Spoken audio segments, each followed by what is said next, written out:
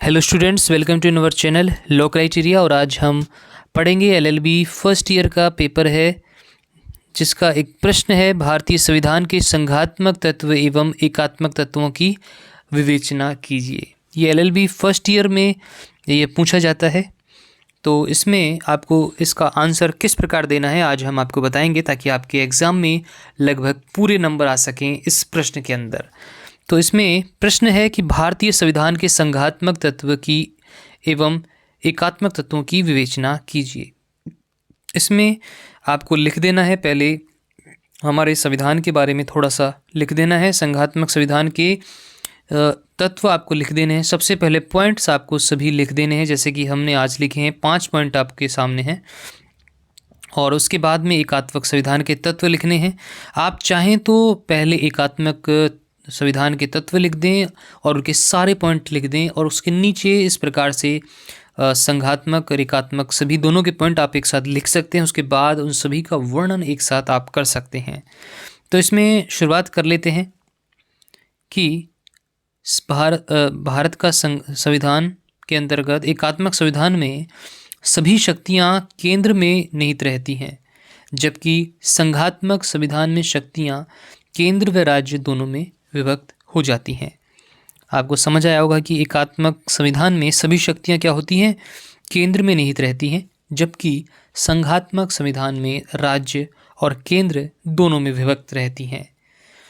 संघात्मक संविधान में दोनों सरकारें, केंद्र व राज्य स्वयं के क्षेत्र में स्वतंत्र रूप से कार्य करती है।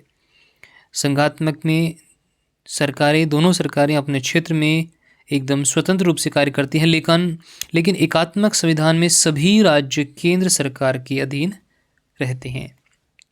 एकात्मक संविधान में केंद्र सरकार का हस्तक्षेप रहता है। अब इसके बाद आते हैं कि हम लिखेंगे संघात्मक संविधान के मुख्य तत्व कौन कौन से हैं। संघात्मक संविधान के मुख्यतः निम्नलिखित तत्व हैं। पहला तत्व हम पढ़ेंगे स्वतंत्र न्यायपालिका। दूसरा पढ़ेंगे संविधान की सर्वोच्च होना, संविधान का लिखित होना, संविधान की अपरिवर्तनशीलता, शक्तियों का विभाजन। ये 5 पॉइंट आज हम इसमें पढ़ेंगे। किसमें? संघात्मक संविधान के अंदर। तो संघात्मक संविधान के मुख्य तत्व निम्न हैं। उसके बाद आपको सारे पॉइंट लिखने हैं, पूरे पाँचों पॉइंट। हो सकता है आपको याद रह जाएं, ये तो ज़्यादा है नहीं, तो आपको याद रह जाएंगे 5 पॉइंट। फिर उनका आपको डिटेल में आपको बताना है। तो इसमें आप बताएंगे पहले पॉइंट के अंदर स्वतंत्र न्यायपालिका। संघात्मक संविधान में स्वतंत्र न्यायपालिका है, अर्थात न्यायपालिका एकदम स्वतंत्र रूप से कार्य करती है। केंद्र राज्यों में समन्वय व शक्तियों को लेकर विभिन्न विवादों के निपटारे में न्यायपालिका की महत्वपूर्ण भूमिका रहती है। न्यायपालिका की स्वतंत्रता को संविधान का आधारभूत ढांचा माना है। इसी कारण भारत का संविधान क्या है? संघात्मक है। तो इसमें सबसे पहले स्वतंत्र न्यायपालिका इसके अंदर आता है। दूसरा इसमें आता है संविधान की सर्वोच्च होना। संविधान सर्वोच्च होना, संघीय शासन में संविधान सर्वोच्च होता है। संविधान से ना तो विधि होती है, ना ही सत्ता होती है। संविधान से जो बड़ी ना तो विधि होती है, ना ही सत्ता होती है। सबसे टॉप पर क्या होता है? भारत का संविधान है।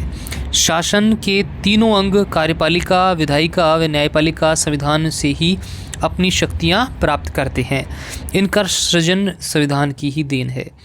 जो शक्तियां प्राप्त हैं, संविधान से ही हमें ये सभी शक्तियां प्राप्त हैं। संविधान से ऊपर कुछ भी नहीं है। तीसरा पॉइंट आपको लिखना है संविधान का लिखित होना।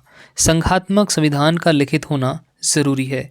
यह इसलिए कि संघात्मक संविधान में राज्य व केंद्र के मध्य शक्तियों का बंटवारा रहता है तथा राज्य इकाई शर्तों के अधीन संघ में शामिल होती हैं। केंद्र व राज्यों में सौहार्द शर्तों की अक्षुण्णता को बनाए रखने के लिए संविधान का लिखित होना आवश्यक है।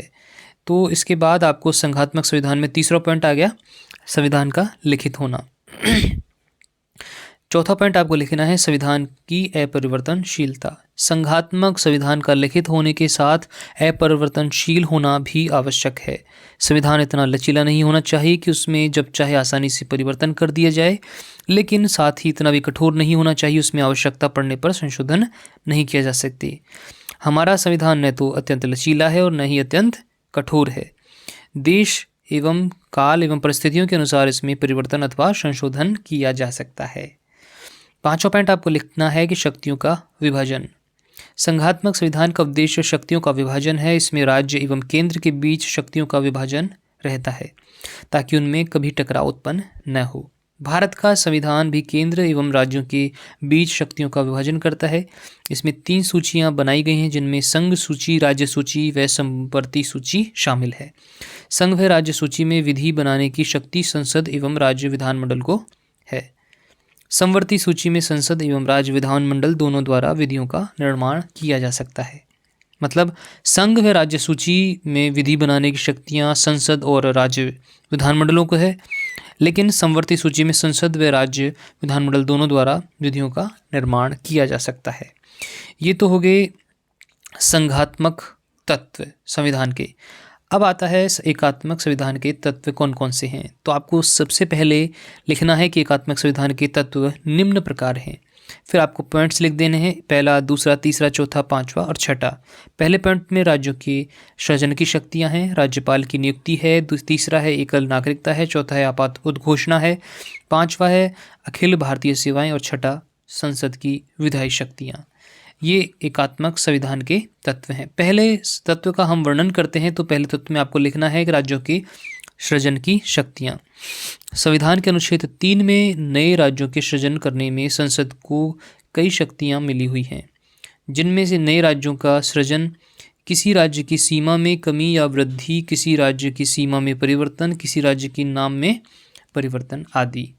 राज्यों के सृजन की शक्तियां इनको मिली हुई हैं। इसके बाद है राज्यपाल की नियुक्ति। राज्यपाल की नियुक्ति दूसरे नंबर पे आएगा। किस में आएगा आपको? ये एकात्मक संविधान के तत्व में। तो इसमें राज्यपाल की नियुक्ति आता है। प्रत्येक राज्य में राज्यपाल की नियुक्ति का प्रावधान है। राज्यपाल की नियुक्ति संविधान के अनुच्छेद 155 के तहत राष्ट्रपति करता है। संविधान के अनुच्छेद 156 के तहत राज्यपाल अपने पद पर बना रहता है। राज्य द्वारा पारित विधियों पर राज्यपाल की सहमति आवश्यक है। राज्य में कोई भी विधि पारित होती है तो राज्यपाल की सहमति सबसे पहले आवश्यक है। राज्यपाल राष्ट्रपति के प्रति उत्तरदायी होता है। राज्यपाल राज्य में केंद्र के एक अभिकर्ता के तौर पर कार्य करता है। तीसरा पॉइंट आता है एकल नागरिकता। हमारे स्वतंत्र भारत में संविधान में एकल नागरिकता का प्रावधान है। भारत के सभी निवासी भारत के नागरिक हैं, चाहे वे किसी भी राज्य के रहने वाले हों।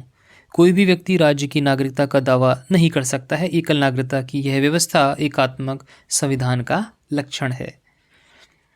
चौथा है आपात उद्घोषणा। अनुच्छेद 352, 356 और 360 के अंतर्गत राष्ट्रपति को शक्तियां प्रदान की गई हैं, जिसमें सशस्त्र विद्रोह, युद्ध या बाह्य आक्रमण के कारण भारत में किसी राज्य में सुरक्षा संकट हो, तब भारत या उसके राज्य के किसी भाग में वित्तीय संकट हो, राज्य में संवैधानिक तंत्र के विफल हो जाए, तब आपात उद्घोषणा के बाद देश का संपूर्ण प्रशासन केंद्र के अधीन हो जाता है और हमारा संविधान एकात्मक रूप धारण कर लेता है। तो ये एक और विशेषता इसमें थी कि आपात उद्घोषणा। पांचवा है अखिल भारतीय सेवाएं। अखिल भारतीय सेवाएं जिनमें भारतीय प्रशासनिक सेवा, भारतीय पुलिस सेवा, IPS, IAS, इन सेवाओं के अधिकारियों की निष्ठा राज्य के प्रति अपेक्षा, मतलब ये केंद्र के प्रति क्या होते हैं, ज़्यादा इनका दायित्व होता है। अखिल भारतीय सेवाएं। छठा है इसमें संसद की विधायी शक्तियां। संघात्मक संविधान में केंद्र व राज्यों में शक्तियों का विभाजन रहता है। केंद्र एवं राज्यों के बीच शक्तियों का विभाजन 3 सूची, संघ सूची, राज्य सूची और समवर्ती सूची बनाकर किया गया है। इन शक्तियों के संदर्भ में भारत के संविधान में जब किसी विषय पर संसद एवं राज्य विधानमंडल द्वारा निर्मित विधियों में असंगतता होती है, तब संसद की विधि पूर्वता में रखती है। अनुच्छेद 248 के अंतर्गत विधि निर्माण की अविशिष्ट शक्तियां संसद में विहित रहती हैं। आपातकाल में संसद को विधि निर्माण की विशेष शक्तियाँ प्राप्त की गई हैं, इसके कारण एकात्मक यह प्रतीत होता है। ये हमने छठा पॉइंट आपको बताया। तो आपको इसमें आज हमने बताया कि एकात्मक और संघात्मक संविधान से क्या तात्पर्य है, और भारतीय संविधान के संघात्मक तत्व एवं एकात्मक तत्व की हमने आज विवेचना की और आपको इनके तत्व आपको बताए। संघात्मक संविधान के मुख्य तत्व हमने आपको बताए और एकात्मक संविधान के तत्व आज हमने आपको बताए। तो आशा करते हैं कि आप इस प्रकार से इस क्वेश्चन का आंसर एग्ज़ाम में देकर आएंगे तो आपको पूरे में से पूरे नंबर एग्जामिनर देने की कोशिश करेगा। आशा करता हूं कि आपको ये प्रश्न का उत्तर समझ आया होगा, और आपने हमारा चैनल सब्सक्राइब नहीं किया है तो इसे तुरंत सब्सक्राइब कर लीजिए और बेल आइकन पर क्लिक कर दीजिए ताकि आपको आने वाले सभी वीडियोज़ की नोटिफिकेशन बराबर मिलते रहें। मिलते हैं आपसे अगली वीडियो में नए प्रश्न के साथ और उसके उत्तर के साथ में। तब तक के लिए मुझे इजाज़त दीजिए। नमस्कार।